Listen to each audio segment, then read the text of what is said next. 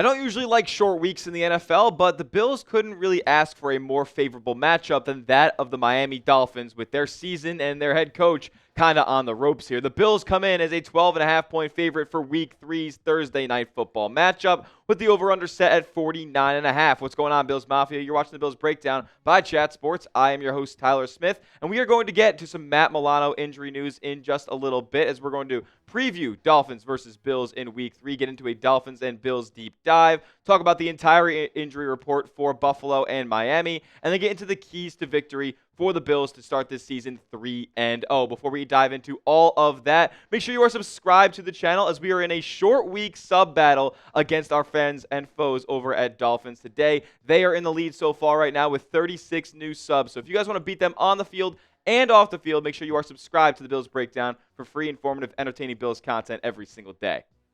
Alrighty, I don't think there is a hotter seat in the National Football League than that of Mike McDaniel, over at the Miami Dolphins. The Bills could be the team that puts the nail in his coffin and really end his tenure as the head coach of the Miami Dolphins here. It has not been a pretty last 12 months for Mike McDaniel here coaching Miami, as in 2025, he started the season 0-2 with a minus 31-point differential. Overall, his record is now 28-24 in the regular season, 0-2 in the postseason as well, and his record against teams with a 500 record or better is really abysmal, to be quite honest with you. A 3-14 record. The Dolphins just cannot beat good teams. They beat up on the bad ones, and we've seen that throughout the recent history of Bills versus Dolphins. It doesn't help when Mike McDaniel is not exactly led by one of the league's elite quarterbacks, either in Tua Tagovailoa or Tua turned the ball over so far, leading the league with 3 interceptions. Not good out of the Miami Dolphins quarterback room here, especially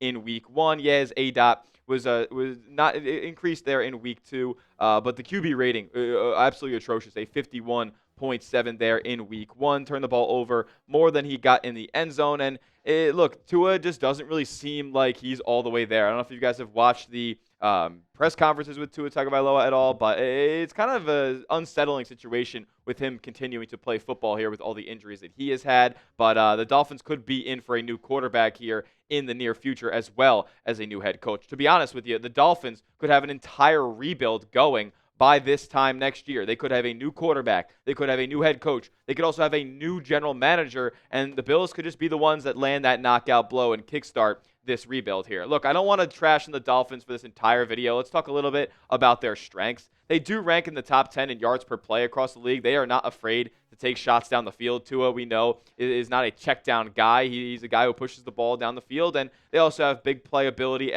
around their offense at wide receiver and at running back. They do rank highly in yards per rush, top 4 in the NFL at 5.1 yards per carry. It would be nice if they even ran the ball too much. They actually had the lowest frequency of rush plays called through the first 2 weeks of the season.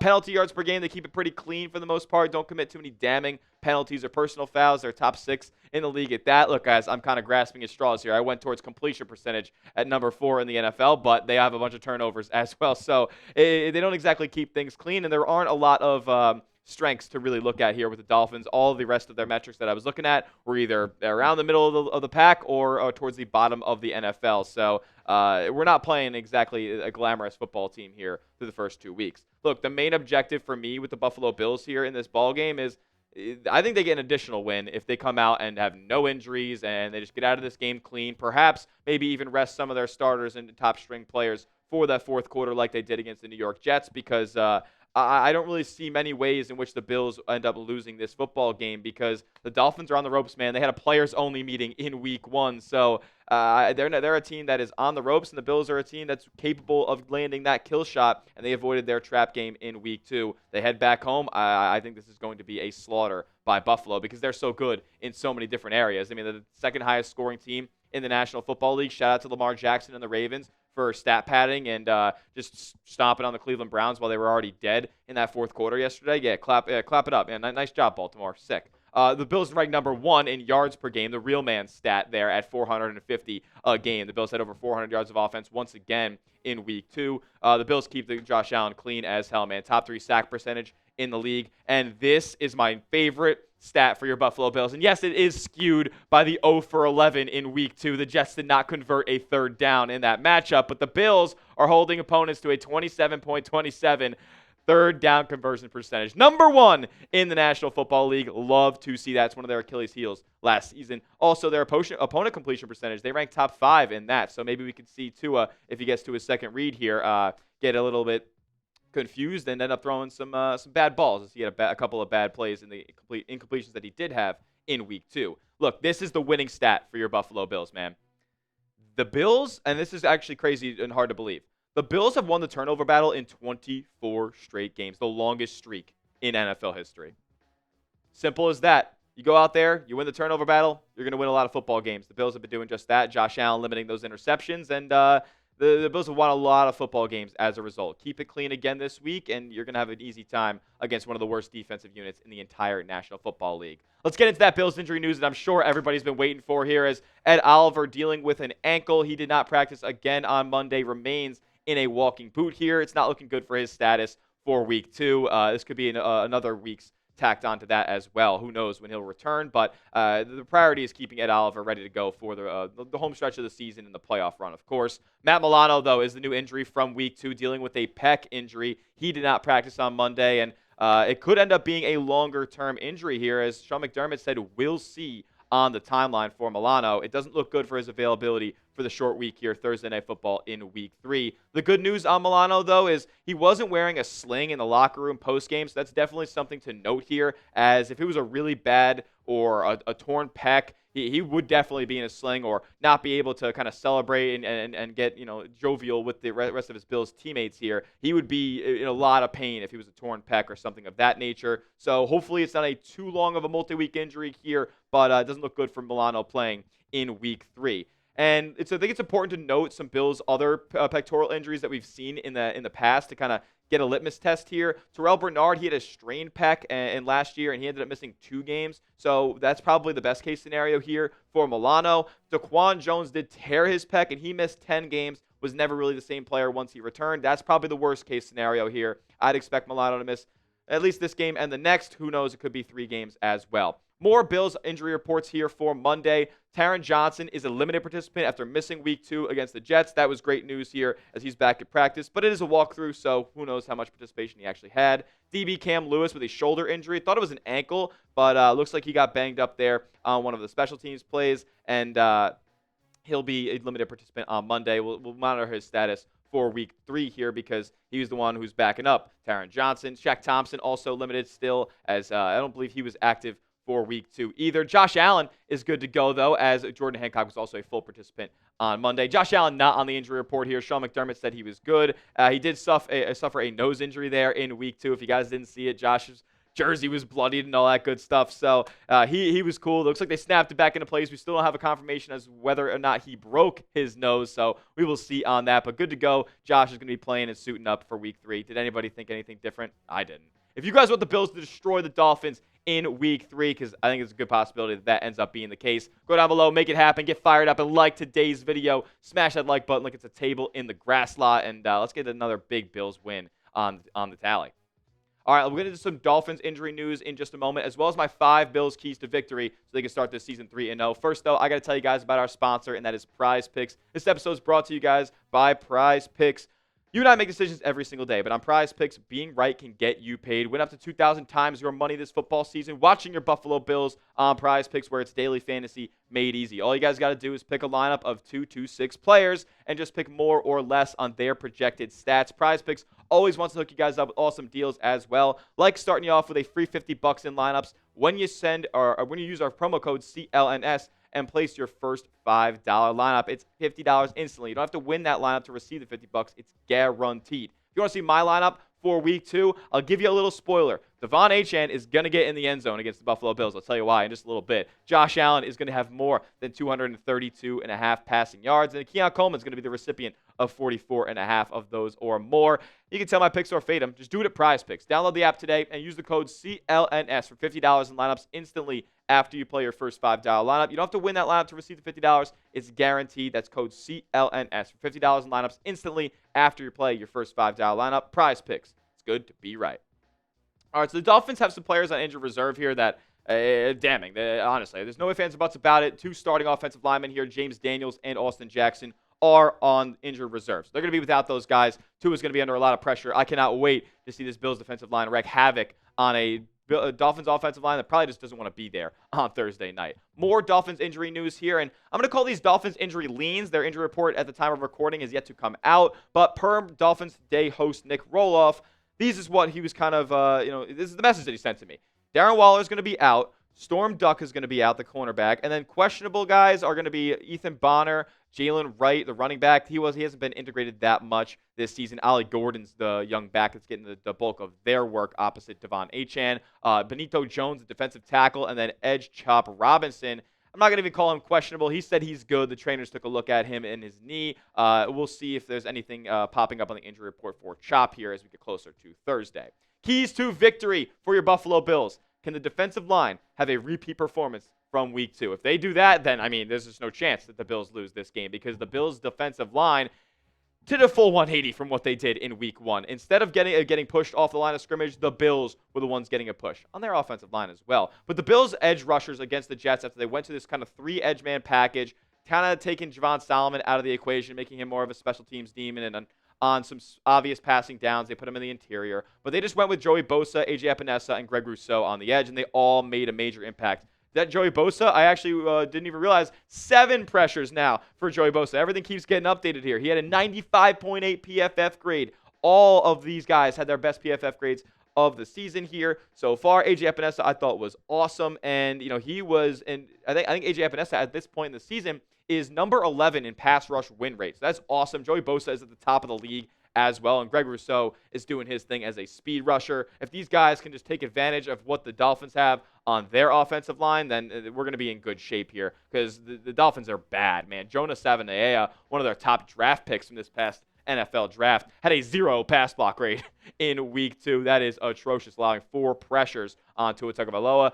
Patrick Paul, their best, a little bit above average, a 66.5 pass block grade, but he couldn't block for the run, and nobody else could really do anything there. Larry Barron, Keon Smith, Aaron Brewer. Who are these guys? All backup offensive linemen. The Bills see lunch and blood in the water here. Hopefully there can be some sharks on Thursday night.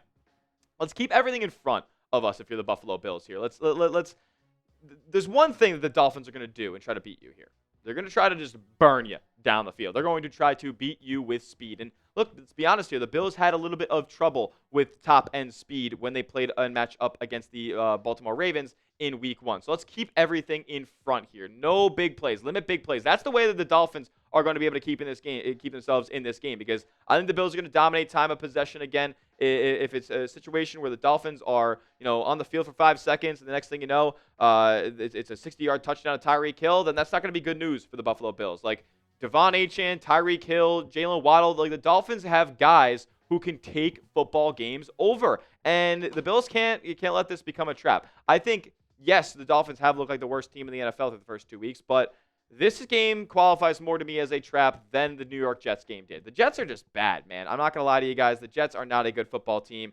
What they did in week 1 was a fluke offensively. Their offensive line, I don't think, was a fluke because I think the Bills did a good job on their end in week 2. But the rest of what the Jets were doing, Justin Fields and his pocket presence from week 1, yeah, that was a total fluke. These guys, they can actually take over a football game. The Dolphins have serious weapons on their roster, unlike the New York Jets do. So got to keep these guys in front, wrap up, tackle, do all the fundamentals and the things that you need to do well, and you'll walk out of here with a win, no doubt. Because Devon Achane's a Bills killer, man. It's guaranteed for him to get in the end zone every single time he's played the Buffalo Bills. He has 4 rushing touchdowns and 2 receiving touchdowns in 4 games against Buffalo, averaging a touchdown and a half a game. He's gotten in the end zone in every single one of these 4 appearances, and he's averaging 20 more yards at minimum than he's averaged across any season of his NFL career in the 4 games that he's played against Buffalo. So this is a guy that's going to play a big role for the Dolphins here, and if the Bills can limit him, then I think they're doing a great job, and this could be over before the third quarter even ends. We could see starters resting once again.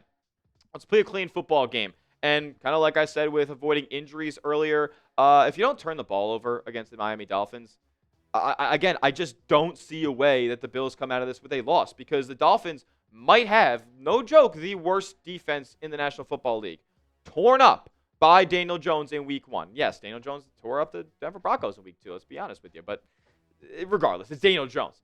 In week 2, you get torn up by Drake May, and who I think it can be a good player, but the Patriots offense. Like, this Miami Dolphins defense is atrocious. In week 2, in the game you could argue they were better defensively in. They were the 3rd worst team in EPA per play defensively. They were the 2nd worst team in EPA per pass defensively. And they were the 10th worst team in EPA per rush defensively. Those metrics are not going to work against the Buffalo Bills here. So strap in. This could be an entertaining game with a lot of points scored for your Buffalo Bills, no doubt about it. But equally, the Dolphins could end up putting points up themselves. Got to keep them off the field. And that's why you have to dominate on the ground and keep that run game going like you had in week 2. James Cook, he's cooking, man. One of the best players at his position in the league. I'm ready to say it, man. He can just do these things that a lot of players in this league cannot do. You're not getting 40-yard plus touchdowns from every running back in the NFL. And James Cook continues to have that type of electricity in his game. Against the Jets in week 2, 21 carries, 132, 6 yards per carry, and had 2 touchdowns. He's addicted to the end zone. A guy who had 16 rushing touchdowns last season. He's continuing to put that kind of pace on this season as well, with already 3 this season. Keep cooking, James, because if you do, it's going to make Josh Allen's life a whole heck of a lot easier, and then the Bills are just going to win more football games because of it. He is absolutely the most electrifying player in this Bills offense, not wearing number 17. And if you keep the Miami offense off the field as much as possible, you're going to win the game. Simple as that. Keep their defense tired and do things that, make the Dolphins a bad football team. Get Tua into his second read. Like, it's not a hard formula to go out there and beat the Dolphins, especially when you consider that their team has quit on their coach and they're about to fire him the morning after this football game. All right. If the safeties can keep improving, it'll also be a big-time victory for your Buffalo Bills here, as they had a real bounce-back performance in week 2 against the Jets. And I'm not going to sit here and act like it was the toughest assignment. The Jets didn't pass the ball particularly well or particularly at all. So they didn't exactly go out there and beat the greatest show on turf. No, they took care of business. They were good in the run game as well. And according to Sean McDermott, they played very well in week 2 and were connected on the defense very well. He said he was impressed by the safety Cole Bishop and Taylor Rapp versus the Jets. They had a different look in their eye. And I think after getting embarrassed in week 1, like, that makes sense. Like, I want these guys to be in a position where they're hungry and they want to get better. They want to improve upon poor performances. And they did just that in week 2. I'm not going to say that they had a tough assignment, but they didn't play poorly. So that's a trend in the right direction here at the safety position. McDermott also said they connected well with the rest of the defense, which, it's fairly easy when, you're kind of just tracking run plays. They're not going to do much to you over the top. So hats off to the Bills safeties. As long as they keep improving and use that performance as a way to, just gradually raise their floor for the rest of the season, Bills are going to be in a really good spot. Predict the score of the Bills versus Dolphins game before I give you guys my final prediction down in the comment section. What's the score going to be? How many of the Bills going to score? How many of the Dolphins going to score? And let me know if a little bonus prediction if the Dolphins end up firing Mike McDaniel. I keep doing it after this game wraps up. My prediction: the Bills win. The Bills win big. 38-17 is my final. I think this is actually a decent test for the Bills defense here. The Dolphins have weapons. The Dolphins have speed, but can the Dolphins put it together and can their offensive line hold up? That's really the question, and I think the answer is no. And so the Bills are going to win here by multiple scores. They're going to end up covering that 12.5-point spread, and they will move to 3-0 and get a long week to celebrate. That will do it for today's edition of the Bills Breakdown. Give me a follow over on Twitter at Tyler J. Smith, 2 H's because the name's common, but I am not. And make sure you are subscribed to the channel as well. We're trying to beat the Dolphins today in a sub battle, so lock us in, hit that sub button. We'll see you guys in the next video, and as always, let's go Buffalo.